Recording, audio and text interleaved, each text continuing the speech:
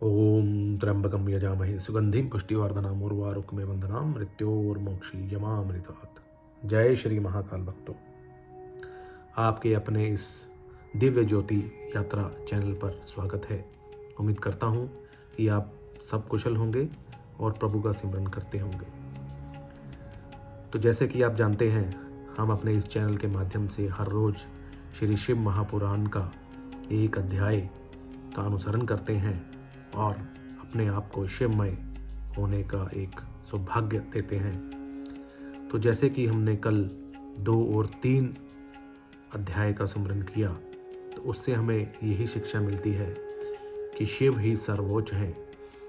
हम कितने भी पाप कर लें, कितने भी कुकर्म कर लें, अगर हम अंत में श्री शिव भगवान का नाम सिमरन कर लेते हैं और इस श्री शिव महापुराण का अनुसरण कर लेते हैं, तो हमारे सारे कष्ट नष्ट हो जाते हैं। जैसे कि चंचुला ने बहुत से कुकर्म किए, परंतु अंत में उसने श्री शिव महापुराण का पाठ सुना और भगवान भोलेनाथ को अपने हृदय में बसाया, तो अंत में वह शिव धाम को प्राप्त हुई और पार्वती माता की सखी हुई। तो चलिए शुरू करते हैं 4था अध्याय, जिसमें चंचुला के प्रयत्न से माता पार्वती की आज्ञा पाकर चंचुला के पति तंबुरु का विंध्य पर्वत पर श्री शिव महापुराण की कथा सुनकर बिंदु का पिशाच योनि से उद्धार करना तथा उन दोनों दंपति का शिव धाम में सुखी होना। तो इसमें हमें पता चलेगा कि कैसे चंचुलिका ने अपने पति के लिए श्री शिव महापुराण का स्मरण किया और उससे दोनों पति पत्नी श्री शिव धाम में सुखी से रहने लगे। तो सूत जी बोले, शौनक, एक दिन परमा आनंद में निमग्न हुई चंचुला ने उमा देवी के पास जाकर प्रणाम किया। दोनों हाथ जोड़कर वह उनकी स्तुति करने लगी। चंचुला बोली, हे गिरजानंदनी, स्कंद माता, हे उमय, मनुष्यों ने सदा आपका सेवन किया है। समस्त सुखों को देने वाली हे शंभु प्रिय, आप ब्रह्म स्वरूपनी हैं, विष्णु और ब्रह्मा आदि देवताओं द्वारा सेव्य हैं।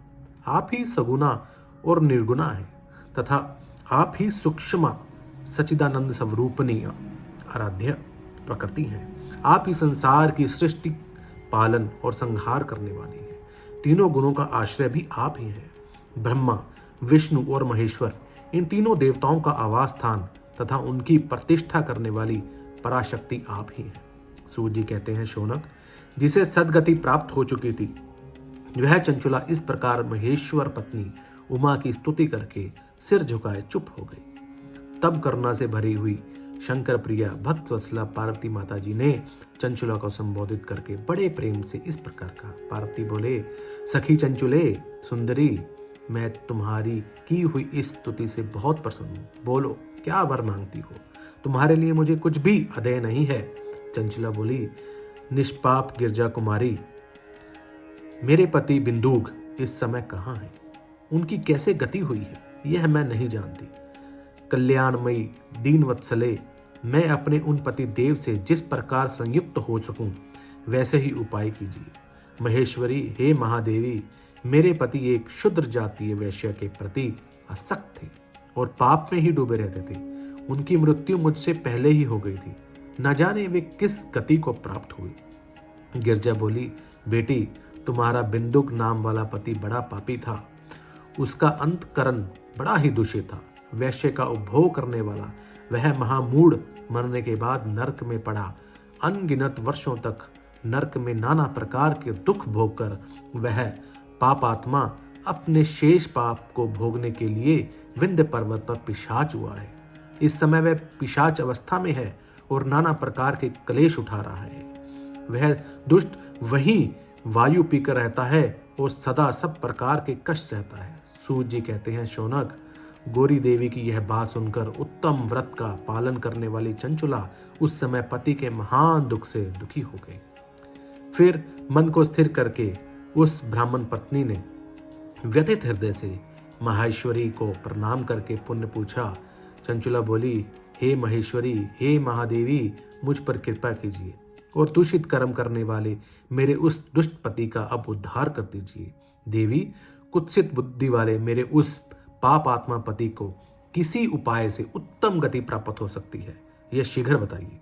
आपको बारंबार नमस्कार है मेरी माँ। पार्वती जी ने कहा, तुम्हारा पति यदि शिव पुराण की पूर्णमय उत्तम कथा सुने तो सारी दुर्गति पार करके वह उत्तम गति का भागी हो सकता है। अमृत के समान मधुर अक्षरों से युक्त गौरी देवी का यह वचन आदरपूर्वक सुनकर चंचुला ने हाथ जोड़कर मस्तक झुकाकर उन्हें बारंबार प्रणाम किया और अपने पति के समस्त पापों की शुद्धि तथा उत्तम गति की प्राप्ति के लिए पार्वती माता से यह प्रार्थना की, मेरे पति को शिव महापुराण सुनाने की व्यवस्था होनी चाहिए। उस ब्राह्मण पति पत्नी के बारंबार प्रार्थना करने पर शिव प्रिया गौरी देवी को बहुत दया आई। उन भक्तवत्सल माहेश्वरी ने भगवान शिव की उत्तम कीर्ति का गान करने वाले गंधर्वराज तुम्बरु को बुलाकर उनसे प्रसन्नतापूर्वक इस प्रकार कहा, तुम्बरो, तुम्हारी भगवान शिव में प्रीति है। तुम मेरे मन की बातों को जानकर मेरे अभिष्ट कार्य को सिद्ध करने वाले हो, इसलिए मैं तुमसे एक बात कहती हूँ, तुम्हारा कल्याण हो। तुम मेरी इस सखी के साथ शीघ्र ही विंध्य पर्वत पर जाओ। वहां एक महाघोर और भयंकर पिशाच रहता है। उसका वृत्तांत तुम आरंभ से ही सुनो। मैं तुमसे प्रसन्नतापूर्वक सब कुछ बताती हूँ। पूर्व जन्म में वह पिशाच बिंदुक नामक ब्राह्मण था, मेरी इस सखी चंचुला का पति था, परंतु वह दुष्ट वैश्यगामी हो गया। स्नान संध्या आदि नित्य कर्म छोड़कर अपवित्र रहने लगा। क्रोध के कारण उसकी बुद्धि नष्ट हो गई और वह कर्तव्य का विवेक नहीं कर पाता था। सज्जनों से द्वेष और दूषित वस्तुओं का दान लेना यही उसका स्वाभाविक कर्म बन गया था। वह अस्त्र शस्त्र लेकर हिंसा करता, बाएं हाथ से खाता, दीनों को सताता और क्रूरता पूर्वक प्राय घरों में आग लगा देता था। चांडालों से प्रेम करता और प्रतिदिन वैश्यों के संपर्क में रहता था। बड़ा दुष्ट था। वह पापी अपनी पत्नी का परित्याग करके दुष्टों के संग ही आनंद मानता था। वह मृत्यु प्रतन दुराचार में ही फंसा रहता था। फिर अंत काल आने पर उसकी मृत्यु हो गई। वह पापियों के भोग स्थान घोर यमपुर में गया और वहां बहुत से नरकों का उपभोग करके वह दुष्ट आत्मा जीव इस समय विंध्य पर्वत पर पिशाच बना हुआ है। वही वह दुष्ट पिशाच अपने पापों का फल भोग रहा है। तुम उसके आगे यत्न पूर्वक शिव पुराण की इस दिव्य कथा का प्रवचन करो, जो परम पुण्यमयी तथा समस्त पापों का नाश करने वाली है। शिव पुराण की कथा का श्रवण सबसे उत्कृष्ट पुण्य कर्म है। इससे उसका हृदय शीघ्र ही समस्त पापों से शुद्ध हो जाएगा। वह सब कुछ परित्याग कर देगा। उसके दुर्गत गति से मुक्त होने पर बिंदुक नामक पिशाच को मेरी आज्ञा से विमान पर बैठाकर तुम भगवान के पीप ले आओ। सूर्य जी कहते हैं, शौनक, महेश्वरी उमा के इस प्रकार आदेश देने पर गंधर्वराज तंबुर मन ही मन बड़े प्रसन्न हुए। उन्होंने अपने भाग्य की सराहना की। तत्पश्चात उस पिशाच की सती साध्वी पत्नी चंचुला के साथ विमान पर बैठकर नारद के प्रिय मित्र तुम्बूर वेग पूर्वक विंध्याचल पर्वत पर गए, जहां वह पिशाच रहता था। वहां उन्होंने उस पिशाच को देखा। उसका शरीर विशाल था, ठोड़ी बहुत बड़ी थी। वह कभी हंसता, कभी रोता और कभी उछलता था। उसकी आकृति बड़ी विकराल थी। भगवान शिव की उत्तम कीर्ति का गान करने वाले महाबली तुम्बूर ने उसे अत्यंत भयंकर पिशाच को पाशों द्वारा बांध लिया।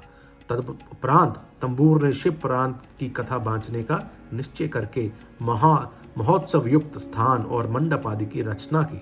इतने में ही संपूर्ण लोकों में बड़े वेग से इसका प्रचार हो गया कि देवी पार्वती की आज्ञा से एक पिशाच का उद्धार करने के उद्देश्य से श्री शिव पुराण की उत्तम कथा सुनाने के लिए तुम्बुरु विंध्य पर्वत पर गए हैं। फिर तो उस कथा को सुनने के लिए लोभ से बहुत से देव ऋषि भी शीघ्र ही वहां पहुंचे।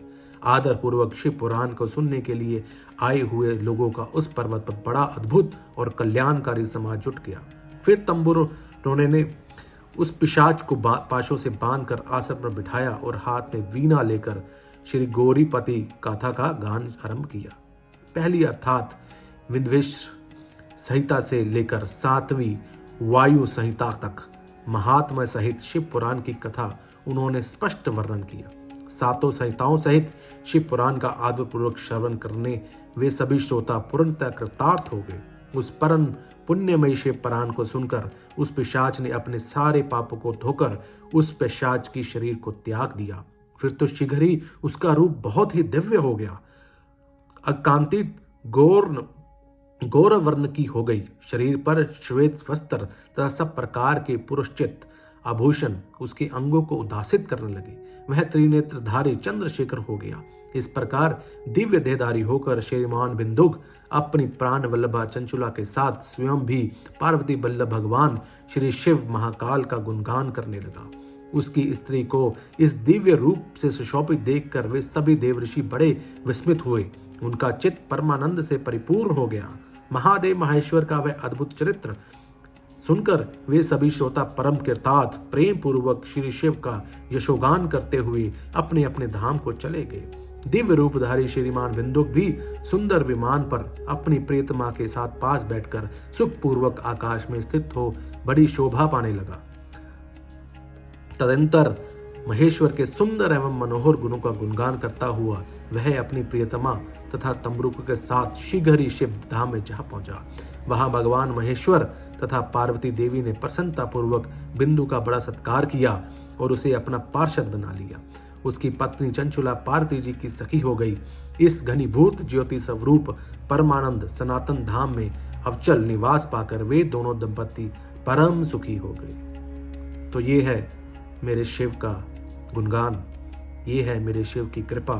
वो जिसके ऊपर भी अपनी कृपा करने चाहें उसे राजा से रंक और रंक से राजा कभी भी बना सकते हैं। सबके पापों को नष्ट कर सकते हैं, सबके पापों को से दूर करके उसे शिवमय कर सकते हैं। मेरा फिर से आपसे एक निवेदन है कि ना ही मैं कोई कथावाचक हूँ, ना ही मुझे ज्ञान है, बस सिर्फ एक थोड़ा सा निश्चय किया है कि शिव महापुराण का अध्याय मैं खुद भी उसका सिमरन करूँगा और आप सबको उसका ज्ञान करवाऊँगा। तो मेरे से अगर कुछ भी गलती हो गई हो उसके लिए मैं क्षमा प्रार्थी हूँ, क्योंकि मैं कोई प्रोफेशनल नहीं हूँ। जय श्री महाकाल।